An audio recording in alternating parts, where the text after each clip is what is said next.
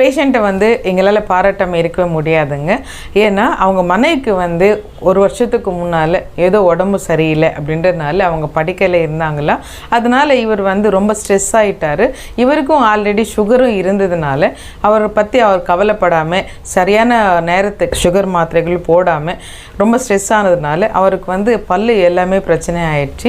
இந்த ஒரு வருஷத்தில் பார்த்திங்கன்னா ஈறு பிரச்சனை அதிகமாகி அவருக்கு பல்லும் ஆடவும் செஞ்சுட்டு இருந்தது. இந்த மாதிரி கண்டிஷனில் நம்மக்கிட்ட வந்தாங்க. அவங்களுக்கு எக்ஸ்ரே எடுத்து பார்க்கும்போது ரொம்பவே தாடை எலும்பும் குறைஞ்சிட்டு இருந்தது. ஃபிக்ஷனான பல்லெல்லாம் நம்ம எடுத்துக்கிட்டு டென்டல் இம்ப்ளான்ஸும் பண்ணிட்டு 5வது நாள் அவருக்கு நம்ம பல்லும் கொடுத்துட்டோங்க. கன்சல்டேஷனில் வந்தப்போ அவங்க மனைவி கூட வந்திருந்தாங்க. அவங்க வந்து இவரோட கண்டிஷன் இப்படி ஆயிடுச்சு, என்னால் தான் இப்படி ஆயிடுச்சுன்னு அவங்க ரொம்பவே வருத்தப்பட்டாங்க. அதனால நம்ம கூட இருக்கிறவங்களுக்கு உடம்பு சரியில்லைன்னா கூட நம்ம கவனிச்சுக்கிட்டு அதுக்கப்புறமா அவங்களையும் நம்ம கவனிக்கணும். அது மறந்துடாதீங்க.